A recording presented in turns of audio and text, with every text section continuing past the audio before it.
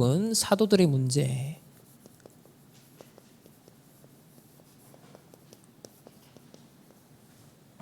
지난주 우리 좀 더 포괄적으로 유대인의 좀 문제를 봤다면 오늘은 조금 더 좁혀서 교회 내에 마가다락방에 성령의 충만함을 받았던, 또 예수님과 40일 동안 감람산에서 집중했던 오늘 그 제자 사도들의 문제, 또 저와 여러분의 또 문제에 대해서 오늘 어떤 답을 주시는지 함께 우리 하나님의 음성에 귀를 기울였으면 좋겠습니다. 서론에서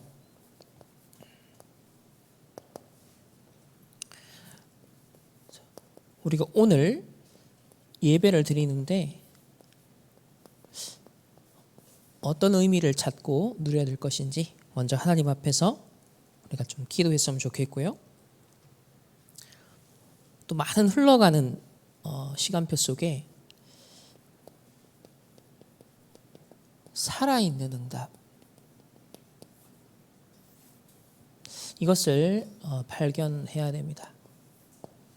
우리 어제 핵심 메시지, 또 산업선교 전체 토요 훈련 통해서 제일 부딪혀왔던 키워드였어요.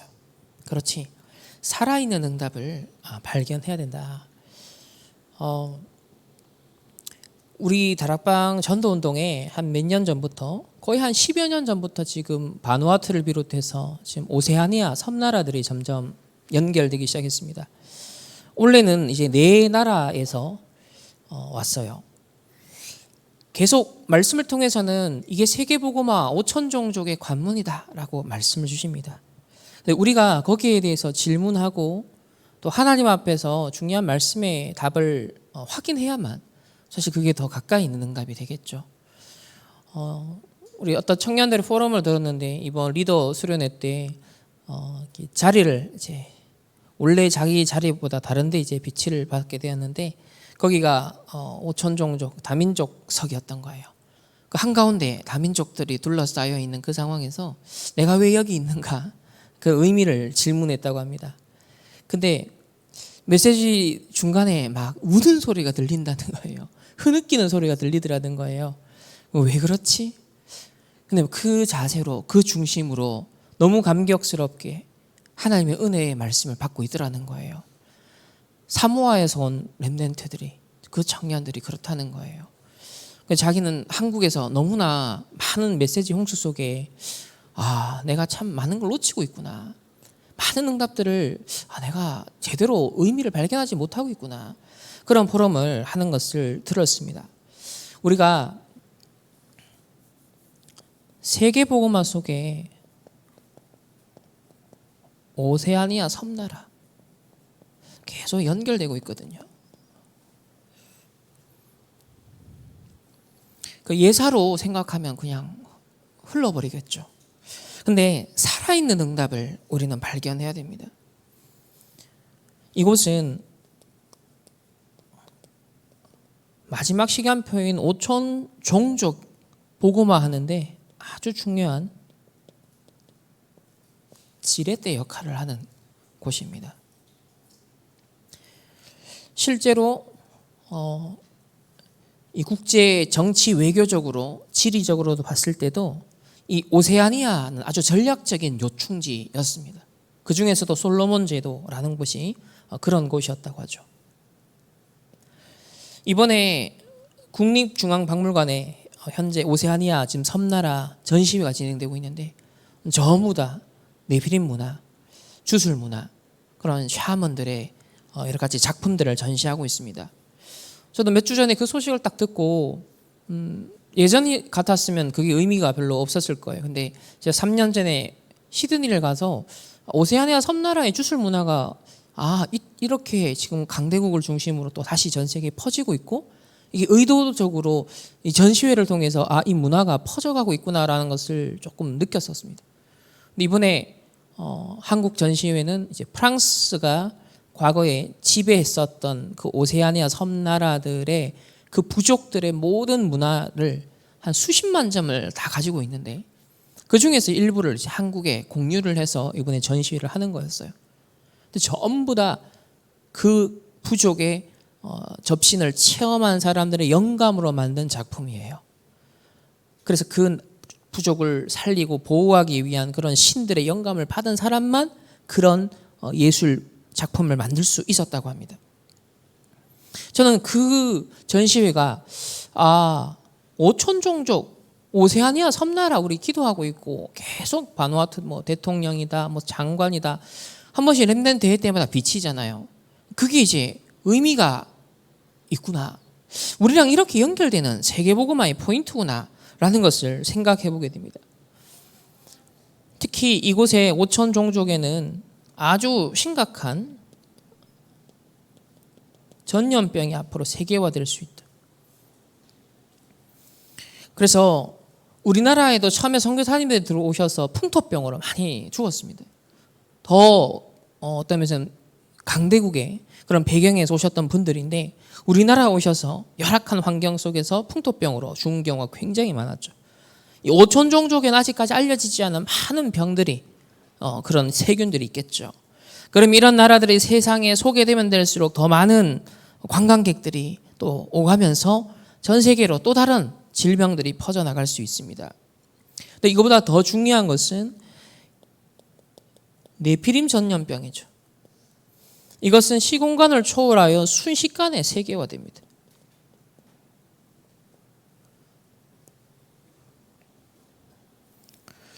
그래서 지금 오세아니아 그 마나 모아나라는 전시회가 현재 진행되고 있으니까 여러분 시공간 초월하는 기도로 이 네피림 흑암을 꺾으시길 바랍니다. 하나님, 이 네피림 뒤덮여 있는 오세아니아에 지금 하나님의 나라 임하고 그곳에 우리 사모아, 바누아투 또 하나님 그곳에 있는 우리 렘넌트들 솔로몬 제도에서 오신 요번 장관님 하나님 이분들이 말씀 사모하고 말씀 붙잡고 렘넌트 운동 돌아가면서 하겠다라고 결단하고 갔다고 합니다. 하나님 그분들을 통하여서 그곳에 보좌의 망대가 서게 하옵소서. 그곳에 빛의 파수꾼들로 세워지게 하옵소서. 그래서 네피림이 전 세계화 되기 전에 하나님 그곳에서부터 흑암이 꺾여지고 네피림이 결박되는 그런 제자들이 될 수 있도록 우리는 기도해야겠습니다.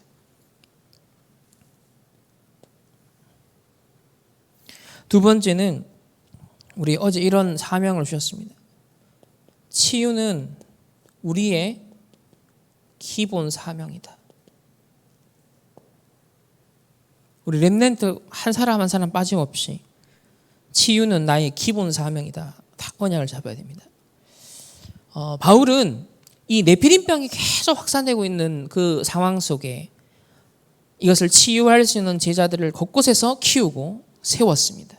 또 미래의 이 영적 전염병을 막기 위해 회당에 딱 들어가서 렘넌트들을 준비했죠.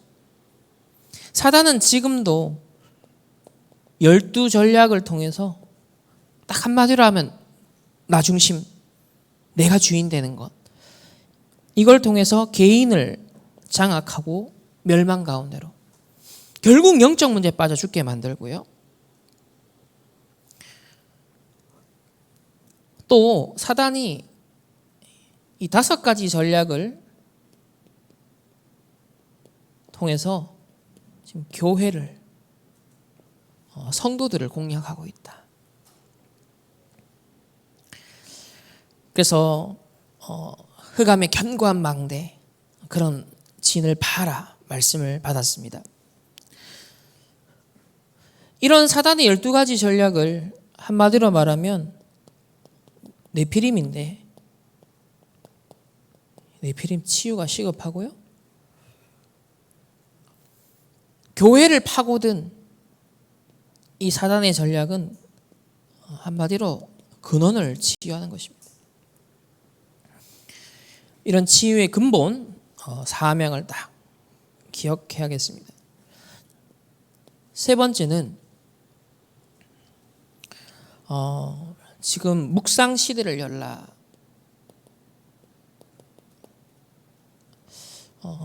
이번에 저도 이 묵상 운동 개정 편집을 하고 있습니다. 많은 진짜 놀라운 말씀들이 굉장히 참 이때까지 주셨구나. 저도 계속 편집하면서 앞으로 정리하고 누려 나갈 텐데요. 결국 이 묵상 시대가 앞으로 네피림 시대에 가장 필요한 부분이겠죠. 그런 중에 우리 어제 주신 언약이 이 다민족 축제입니다. 우리 또 코인과 신노가 함께 저희 신앙생활을 하고 있기 때문에 이 다민족 축제라는 것을 언약으로 딱 잡고 지금부터 준비해야겠습니다. 이 축제 내용이 미션 축제가 되게 해라. 우리 TCK들, 다민족들이 왜 내가 여기 있는가? 또 하나님께서 나에게 주신 미션이 무엇인가? 그걸 발견하고 돌아가야 된다는 거예요. 그리고 영육 간에 병든 부분들이 있기 때문에 치유받고 또 그 나라에, 그 종족에 치유할 수 있는 힘을 가지고 돌아가야 되는 겁니다. 그러려면 먼저 내가 어떻게 병들어 있는지, 우리나라가 어떻게 병들어 있는지 잘 알아야겠죠. 우리 한국은 지금 이념병에 심각하게 들어서 좌파, 우파, 양극단으로 그냥 다 병자들이 병자. 정신병자입니다. 답이 없어요. 그래서 저는 이번 주에 딱 결론 내린 게 그래. 네피림병으로 전부 다 좌파, 우파도 전부 다 네피림에 병들기 때문에 결국은 좌우 진영 논리로서는 답이 없다는 거예요. 그래서 이 네피림 질병 시대를 해결할 수 있는 묵상 시대를 준비하는 것만이 앞으로 시대를 살리겠다. 좌우 모두 네피림에 그대로 노예포로 속국되기 때문에 그 시대를 준비해야 된다. 우리나라는 지금 이번 광복 80주년 하면서 막 행사하지만 지금 이제 또 정권에 맞추어서 모든 지금 시스템들이 사람들이 바뀌고 있잖아요. 그럼 그쪽 시각에서 많은 것들을 또 부각하겠죠. 그쪽 망대를 막 세워가겠죠. 사람들은 거기서 또 감동을 느껴가겠죠. 그게 사람들 속에 그대로 여지없이 미디어를 통해 문화를 통해서 하나하나씩 들어가고 있잖아요. 이때까지 저와 여러분이 보고 듣고 있는 이번에 우리 K-팝 데모헌터스 보세요. 지금 거의 2달째 전 세계의 애부터 어른까지 다른 망대를 심고 있잖아요. 그런 식으로 우리는 24시 다른 망대 속에 계속 다른 게 쌓여가고 있습니다. 그렇기 때문에 묵상 운동을 준비해야 되고 우리 미얀마를 두고서도 함께 기도해야겠습니다. 그래서 237 5천 종족을 품고 하나님 다민족 치유 축제가 일어나게 없어서. 그래서 돌아갈 때는 파송 축제, 렘넌트 선교사로 파수꾼으로 딱 돌아갈 수 있도록 일하러 왔던 공부하러 왔던 한국에서 하나님이 이유가 있어서 복음 운동하는 곳으로 렘넌트 운동하는 곳을 불렀다면 정말 하나님의 것으로 딱 망대를 세워서 하나님 돌아가게 하옵소서. 이런 축제가 매 주일마다 우리 금요 힐링 캠프 때마다 토요 서밋 캠프 때마다 우리 훈련 갈 때마다 이런 의미를 모두 찾아내서 누려야 됩니다. 하나님 나에게도 미션 축제가 되게 하시고 치유 축제가 되게 하시고 오늘 예배도 파송 축제가 되게 하옵소서. 우리 TCK와 함께하는 다민족 축제를 누리게 하옵소서. 이걸 거창하게 크게 행사를 해야 된다 그런 의미가 아니었잖아요. 어제 저에게 제일 많이 담겼던 단어가 그거였어요. 이 다민족들 모아놓고 필요한 축제가 뭐겠냐? 작지만 진솔한 축제가 필요하다. 우리는 뭔가 어제 이제 어떤 아나운서 렘넌트가 수천 명을 이제 뚫고 이제 6명 가운데 1명 뽑혔어요. 그 중에 이제 2명을 뽑는데 수천 명 중에 2명을 뽑는 그 자리에 이제 그 렘넌트가 이제 됐죠. 물론 그 렘넌트는 제가 알기로는 이제 특정 언론사에 가서 그 이념과 그 사안의 분위기에 휩쓸려서 다른 길로 제가 갔다는 얘기를 들었습니다. 어쨌든 어제는 그런 비유를 하시더라고요. 지금까지 너는 이 수천 명의 경쟁을 뚫고 딱 6명 안에 들기 위해서 잘 해야 했고 똑똑해야 됐고 그리고 능력을 키웠어야 됐다. 근데 이제 마지막 면접을 남겨놨다. 거기에 제일 높은 사람들이 있다. 자, 거기서는 겸손하면서도 진솔한 그 부분이 오히려 더 나을 거다. 그 얘기를 딱 듣는데 제가 딱 뭔가 번쩍이는, 그러니까 간과할 수 있는 부분에서 차 싶었던 것들이 느껴지는 거예요. 그렇다. 우리가 다민족 TCK 모아놓고 훈련하고 함께 인도받을 때 나의 기준으로, 우리 기준으로, 우리나라의 기준으로 이것도 아니다. 미얀마를 살릴 수 있는 기준이 있어야 되는 거예요. 그러면 잘하고 똑똑하고 능력이 있는 것을 보여주고 심고, 이게 아닐 수도 있겠다. 진짜 하나님이 우리 거인과 신노를 통해 앞으로 이루실 미래를 하나님이 준비했다면 그 하나님의 가장 원하시는 것이 무엇인지를 놓고 우리가 함께 기도하고 마음을 모으고 가장 진솔하면서도 작지만 가장 의미 있고 가치 있는 시간들을 함께 만들어 가야 되지 않겠냐. 그런 것들을 좀 많이 되돌아보게 되었어요. 저도 렘넌트를 어릴 때부터 쭉 커오면서 지금까지 잘해야 된다. 그래, 세계복음을 하려면 이런 준비도 해야 돼. 똑똑함, 능력. 나도 모르게 이런 망대들이 많았구나. 어제 그 메시지 탁 스쳐 지나가는데 그게 묵상이 탁 되는 거예요. 맞다. 2, 3, 7, 5천 종족 우리 모아서 앞으로 제자 훈련할 때 그게 필요한 게 아니겠다.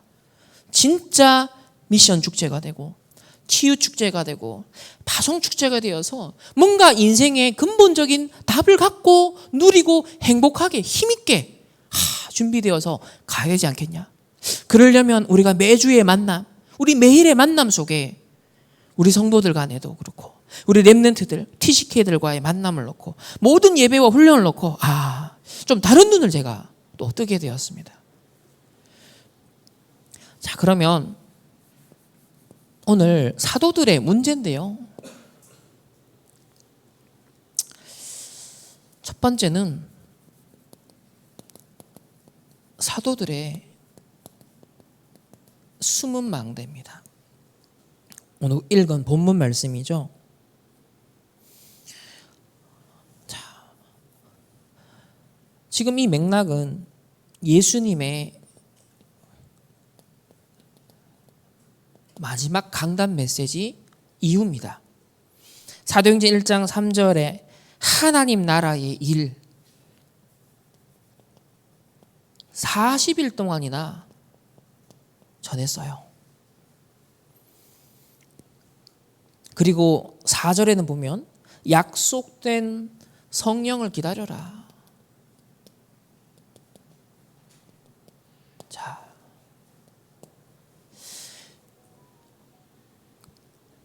그런데 이 하나님 나라의 일과 약속된 성령이라는 이 키워드를 가지고서 우리가 좀 묵상해야 될 부분은 뭐냐면 마태복음 12장 28절 29절에 뭐가 나와요? 예수님이 공생의 기간을 사역하시다가 성령을 힘입어서 귀신을 쫓아내면 하나님 나라가 이미 너희에게 임했다라고 했어요.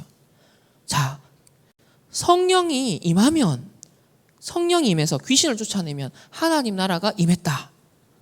그러니까 흑암의 나라, 이거 무너뜨리는 것과 성령, 하나님 나라, 이거 연결되어 있는 거예요.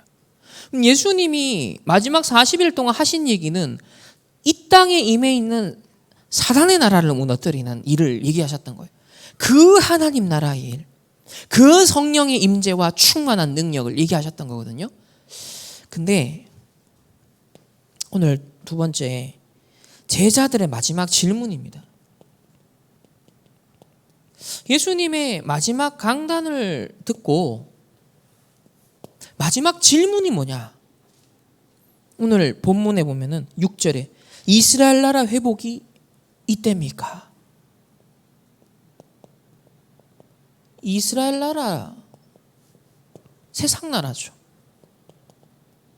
하나님 나라도 아니고 사탄의 나라도 아니고 이스라엘 민족. 그랬더니 예수님 7절에 뭐라고 그럽니까? 때와 시기는 하나님의 권한이 있으니까 너희 알 바가 아니다.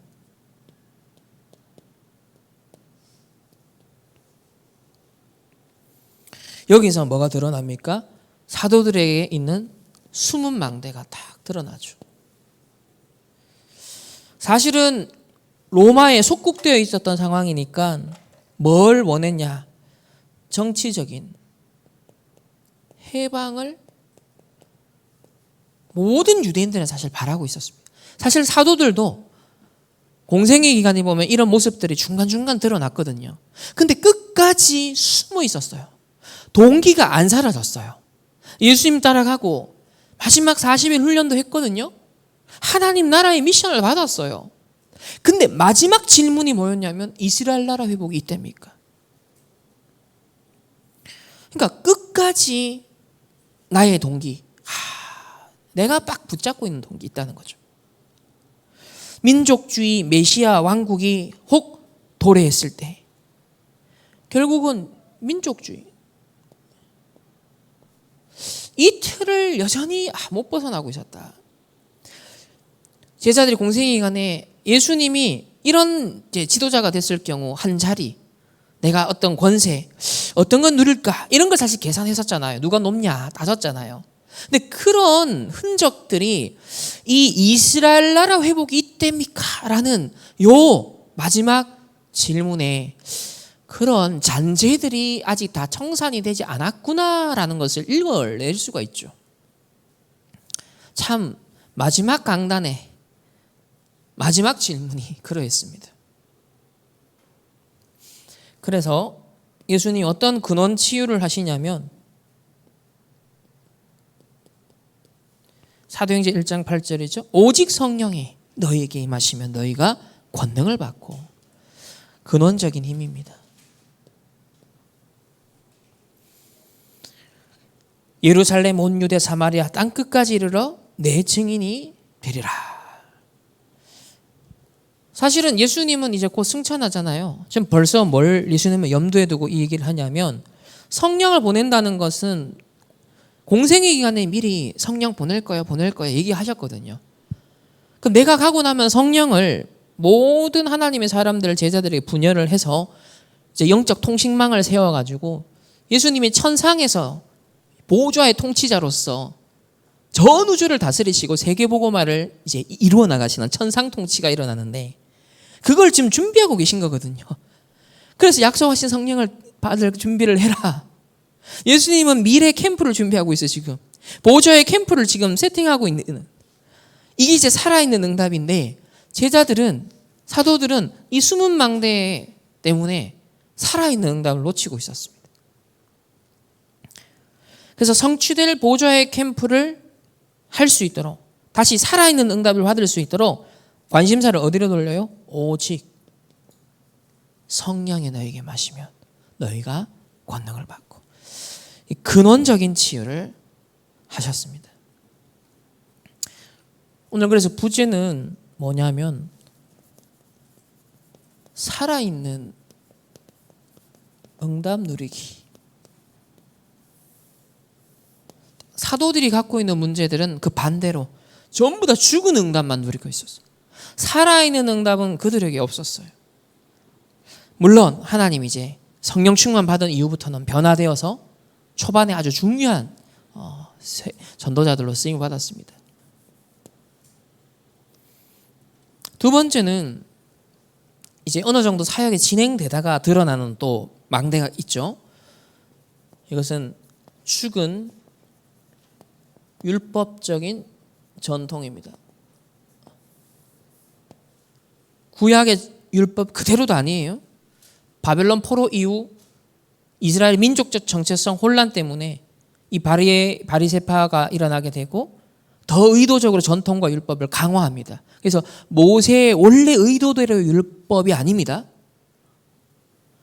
사실은 그래서 그 죽은 율법적 전통입니다.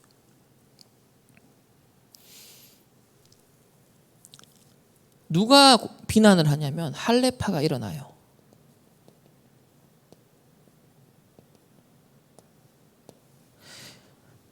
어떤 장면에서요?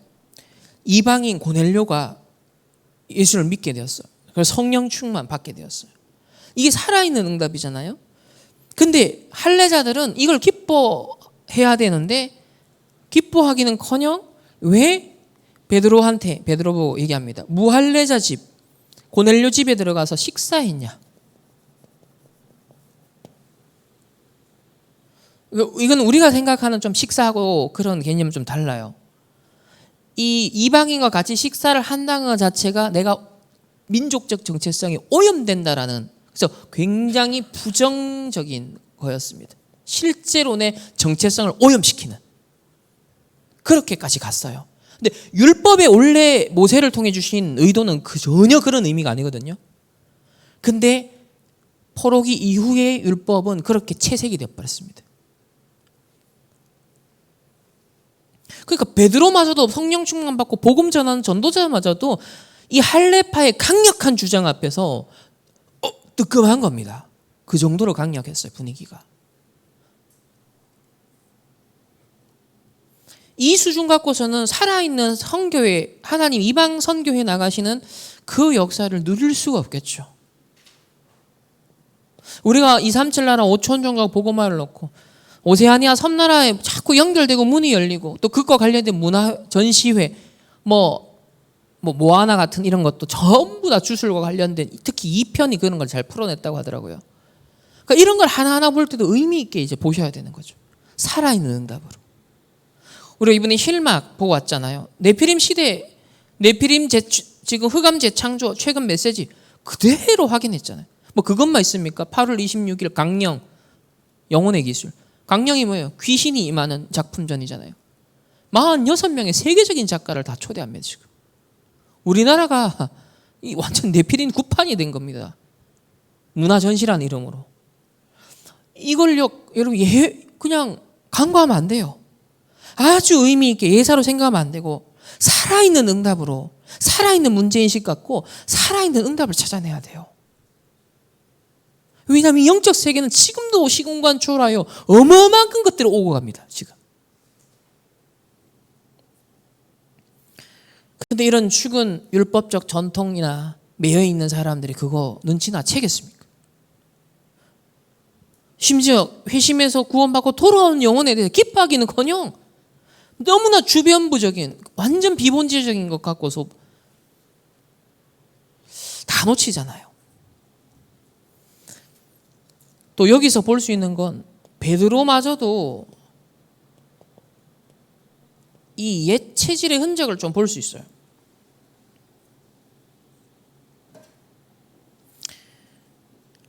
사도행전 11장 7절에 보면은 하나님께서 불러가지고 고넬료에게 보내기 위해서 부정한 짐승 그 잡아먹어라. 자, 불러가지고 계속 환상 가운데 하나님 계시하십니다. 근데 베드로가 뭐라 그러냐면 8절에 주님 그럴 수 없습니다. 아니 주님이 명령하면 시키면 주님이라고 했으면 말을 따라야 되잖아요. 종이면. 근데 주님 해놓고 자기 의견을 얘기해요. 주님 해놓고 그럴 수 없다고. 아니 주님이 이렇게 하라고 하는데 주님 그럴 수 없습니다. 이게 뭡니까 지금. 말이 안 되죠. 주님이 뭐예요? 로드잖아요. 로드. 마이 로드. 나의 주인님. 속되거나 깨끗하지 아니한 것은 결코 내 입에 들어간 일이 없나이다.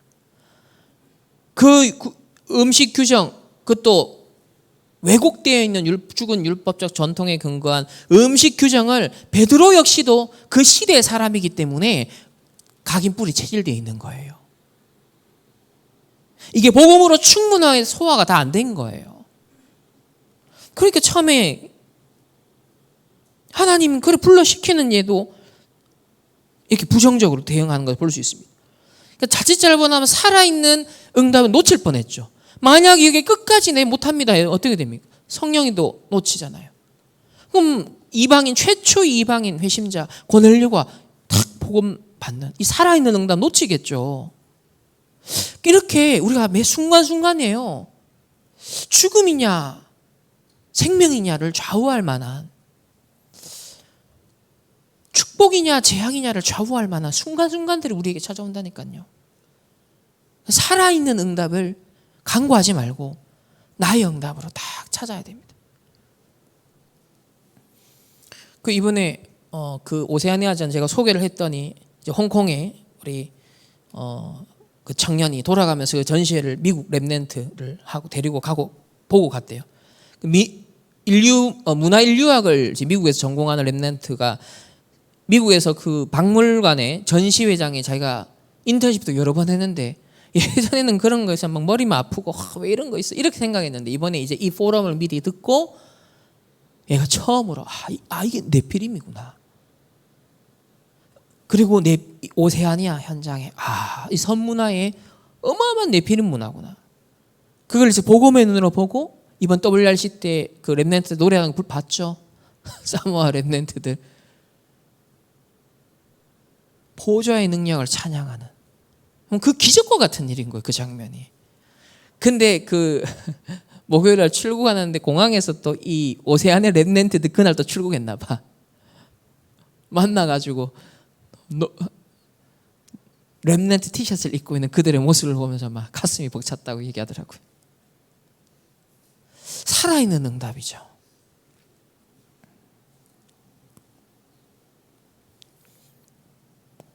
세 번째는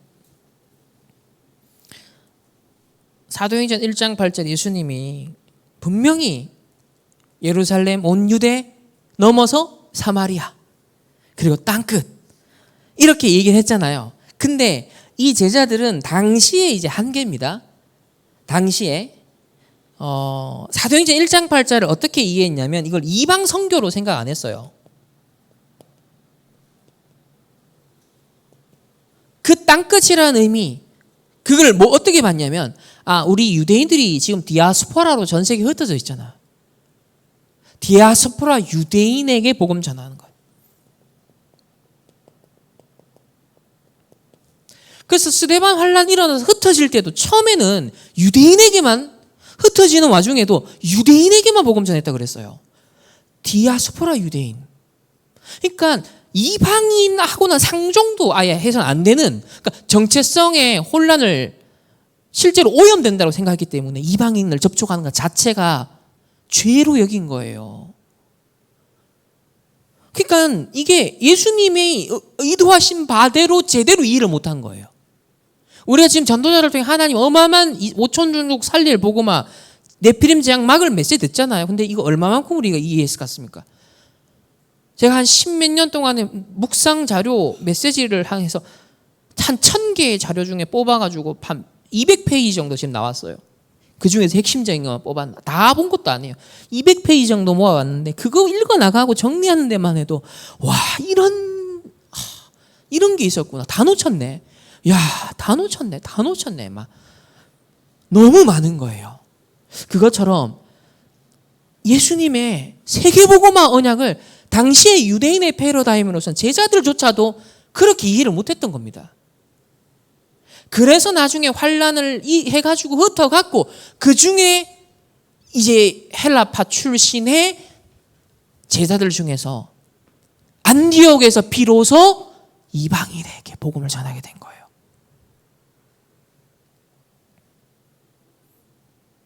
이걸 뒤바꾸시죠. 사도행전 11장 17절에 보면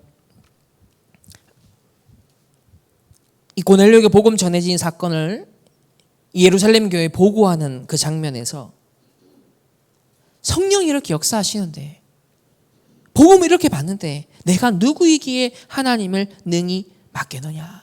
내가 누구이기에 하나님을 능히 맡겠느냐. 여기서 딱 바뀐 게 뭐예요? 선교의 주체가 하나님이라는 거예요. 유대인의 기준, 유대인의 생각대로 하는 게 아니라는 거죠.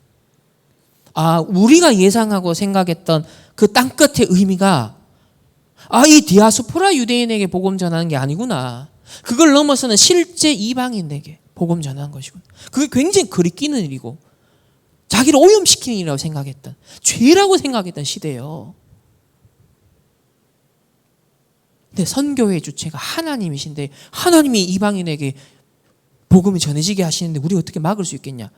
그러니까 이건 사실 베드로도 입장이 좀 어때요? 소극적이죠. 하나님이 구태하시겠다는데 우리가 어쩔 수 없이 이런 입장인 거예요.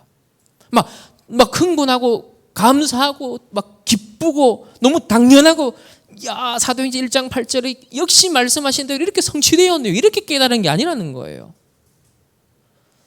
억지로 고백한 거지만 선교의 주체가 하나님이다. 결국 살아있는 응답을 유대인의 죽은 율법적 전통으로 막을 수 없었던 겁니다. 하나님은 그래도 해나가셨던 겁니다. 세 번째는 이제 조금 사역이 한참 진행되고 난 다음 바울도 복음을 많이 외곽에 전한 뒤였어요. 근데 어떤 일이 벌어지느냐. 자, 안디옥 교회에서 외식하는 사건이 벌어져요. 저는 어릴 때 이거 밖에 나가서 밥 먹는 건 줄 알았어요. 외식하길래. 코인신노 이거 외식이 뭔지 알아요? 여기서 말하는 외식 뭔지 알아요? 잘 들어요?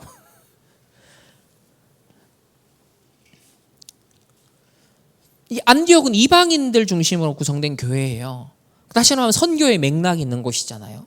그곳에 베드로와 바나바가 이방인 신자들과 함께 우리 TCK들과 함께 이제 복음도 나누고 포럼도 나누고 막 파티도 식사하고 있었어요. 근데 누가 왔냐?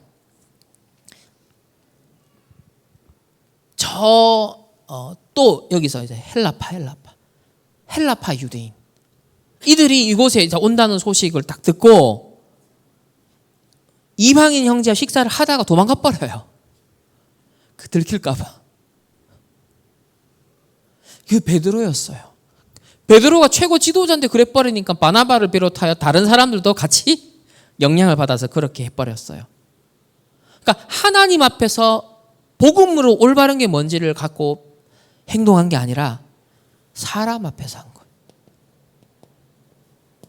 사람 눈을 의식한 거예요. 우리가 흔히 이렇게 실수하고 살아가거든요.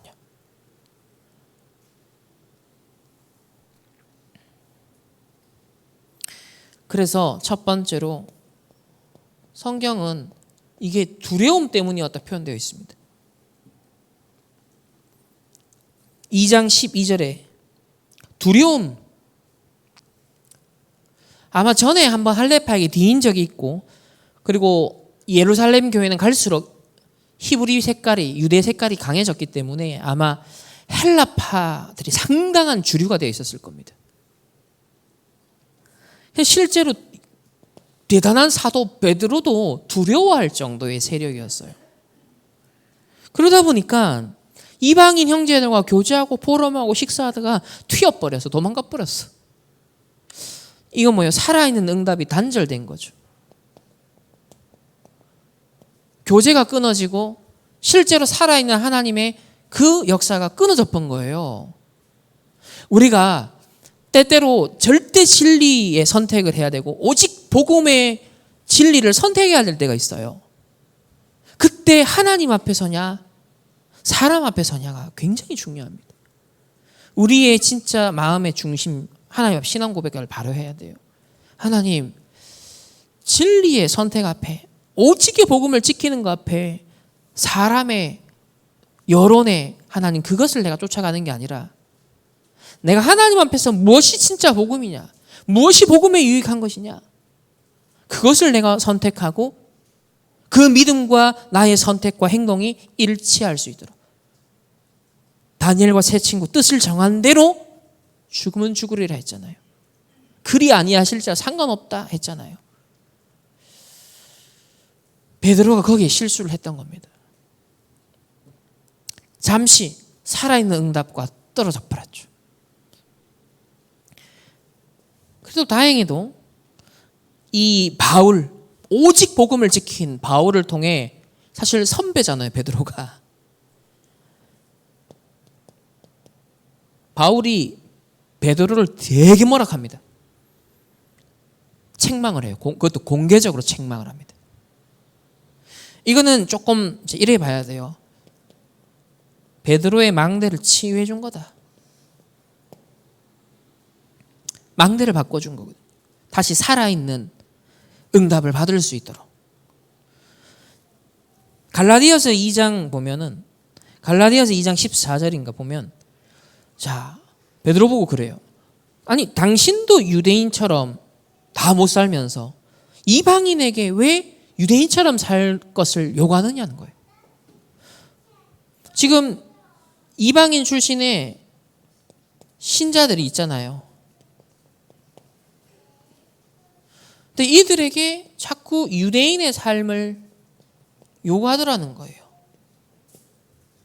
주의해야 됩니다.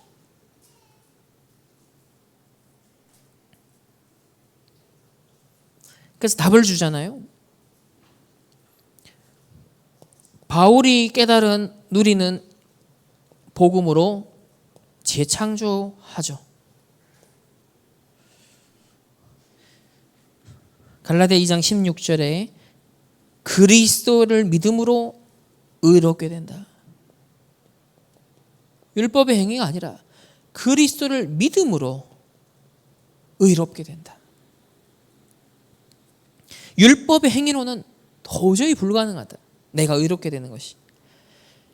그러면서 우리 2장 20절 가장 핵심이죠. 내가 그리스도와 함께 십자가에 못 박혔나니. 즉 내가 이제 사는 것이 아니고 오직 내 안에 그리스도가 사는 것이다.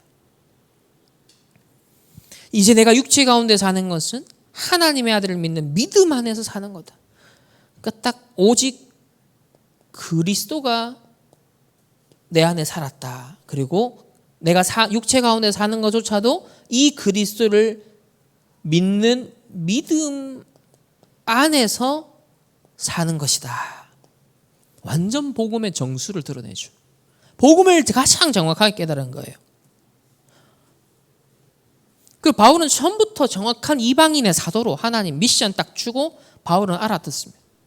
그 언약대로 딱 이방 선교사가 딱 되죠. 그러니까 복음의 이해 측면이나 전도 선교의 이해 측면에서 사실 베드로를 비롯한 사도들의 초기 이해보다 이 바울은요, 진짜 예수님이 부활하셔서 직접 만나버려가지고 계시해 주셨잖아요. 바로 하나님의 은혜 그렇게 깨달아요. 복음을 정확하게 깨닫습니다.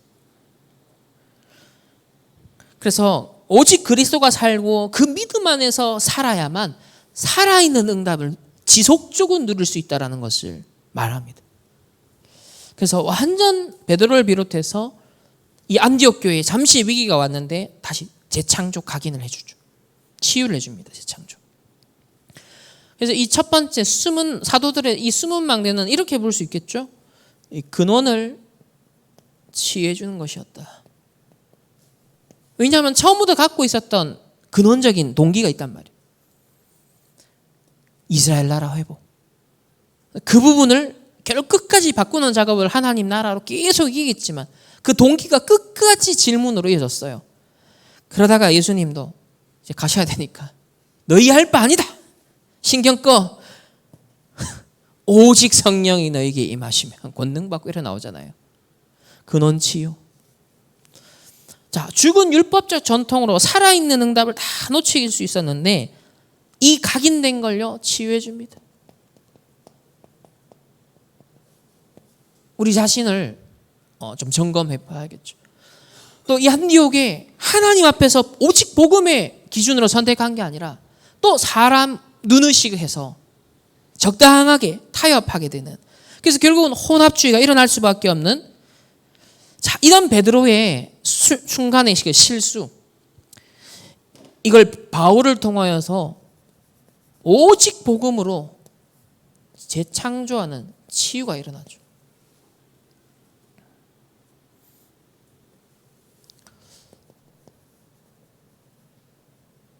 결론입니다.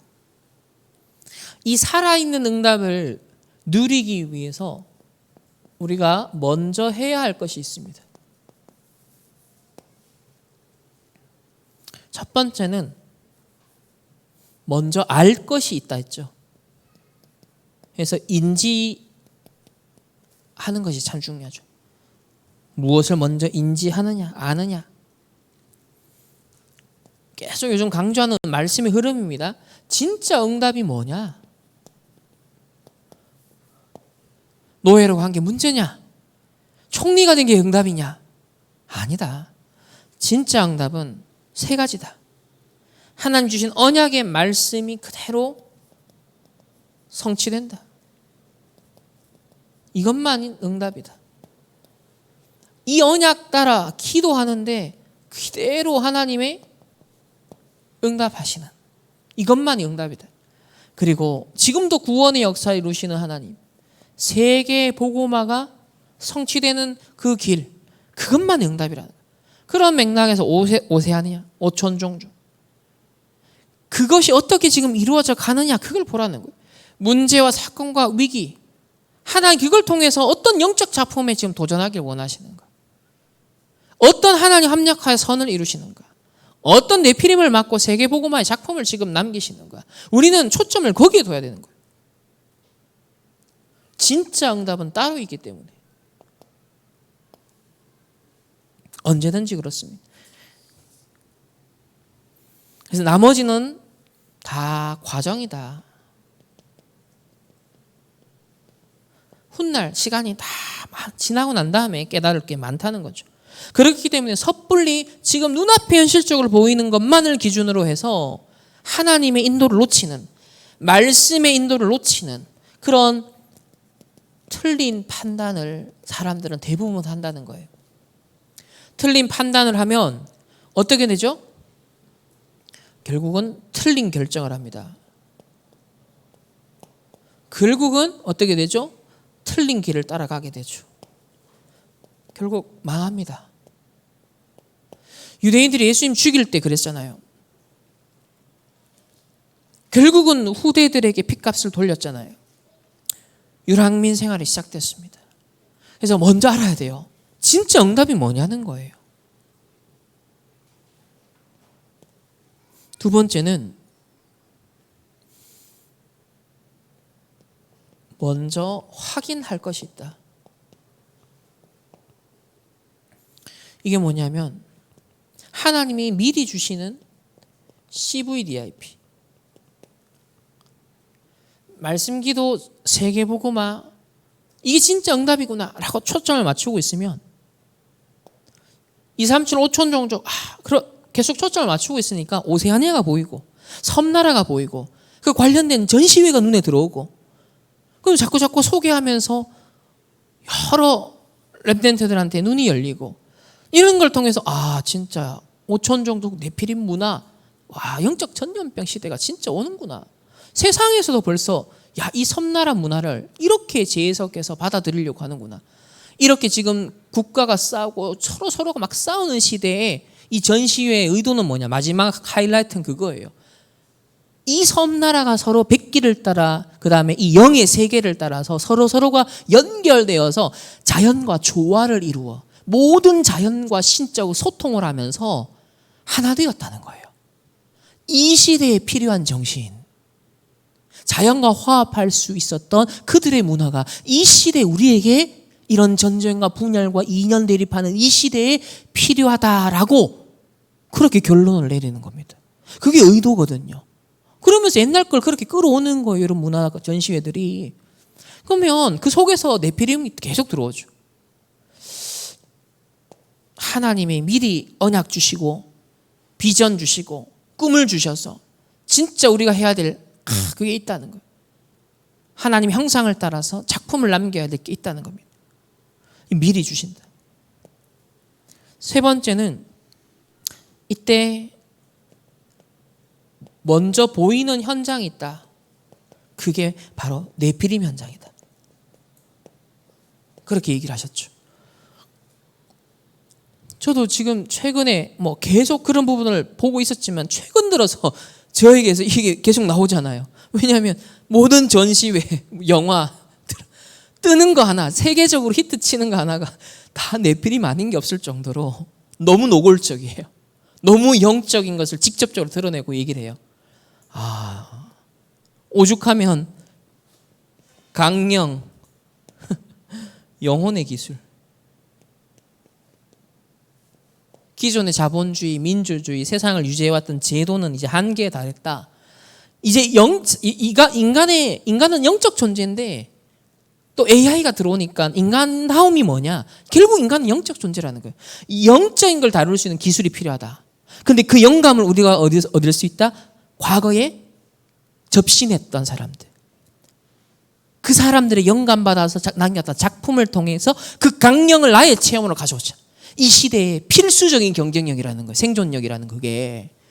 이 논리가 이제 먹히는 시대가 됐다는 거죠. 강령 3달 동안 합니다. 서울 전역에서. 이번에 이제 RTS 5개 반을 들어가는데 수업 시간 과제로 여기하고 부산 둘 중에 하나를 가도록 독서 포럼 대신 현장 보고서를 쓰도록 했어. 한 150명 전체가 다 가야 돼. 전부 다 영적 혼문을 펼쳐야 돼. 흑암 막는.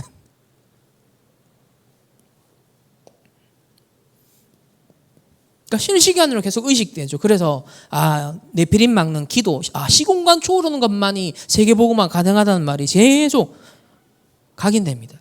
네 번째는요, 이때 먼저 하나님이 준비하신 것이 나온다. 그게 누구냐? 제자다. 이 일을 위해서 하나님이 준비한 제자 따로 있다는 거예요.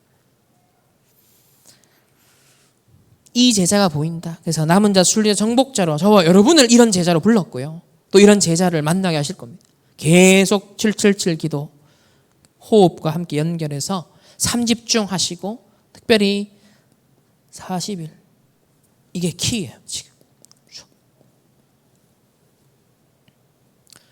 이 사도들의 진짜 문제를 넘어설 수 있는 살아있는 응답을 누릴 수 있도록 40일 그리고 난 다음에 이제 10일이죠.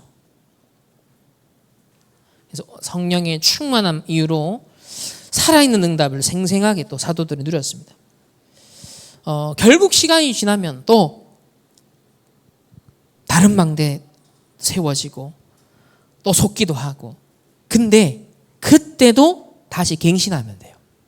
문제 갈등 위기 앞에서도 답을 찾고 갱신하고 또 재창조하고 그러면요 바울처럼 끝까지 살아있는 응답에 그 줄을 따라 갈 수 있습니다. 여러분은 우리 모두 살아있는 응답 끝까지 누리는 하나님의 사람들 파수꾼 되시기를 주님의 이름으로 축복합니다. 기도하겠습니다. 하나님 감사합니다. 오늘 사도들의 큰 세 가지 문제를 살펴봤습니다. 그들이 처음부터 가지고 있었던 숨은 동기, 또 죽은 율법적 전통, 안디옥에서 하나님 앞에보다 복음보다 사람 앞에 분위기 앞에 압도된 외식하는 사건, 하나님 이것을 통해 결국 살아있는 응답을 다 놓쳤다는 것을 볼 수 있었습니다. 이번 한 주간 진짜 살아있는 응답을 발견하고 누릴 수 있도록 하나님 저희들을 인도하여 주옵시고 먼저 할 것, 먼저 알고 확인하고 또 현장을 보며 준비할 수 있는 우리 모든 렘넌트들과 성도님들 되게 하옵소서. 또 하나님 앞에 귀한 예물을 드렸습니다. 네피림이 극에 달하는 시대에 정말 하나님 나라를 이루는 이 일에 쓰임받는 우리의 학업과 산업이 되게 하시고 또 빛의 경제가 될 수 있도록 하나님께서 축복하여 주옵소서. 하나님 살아있는 응답을 일심전심 지속하여 24, 25 영원으로 끝까지 누리는 하나님의 우리 렘넌트들 주의 백성 되기를 소원합니다. 이번 한 주간 이 응답이 시작되게 하옵소서. 지금은 우리 주 예수 그리스도의 은혜와 하나님의 무한한 사랑하심과 성령 하나님의 내주인도 역사하심이 살아있는 응답을 지속해서 누리기를 원하는 모든 렘넌트들 주의 백성들 개인 만남 가정업과 흩어지는 모든 현장 위에 해외에 흩어진 우리 렘넌트들 있는 그곳에 이제로부터 영원토록 항상 함께 계실지어다. 아멘.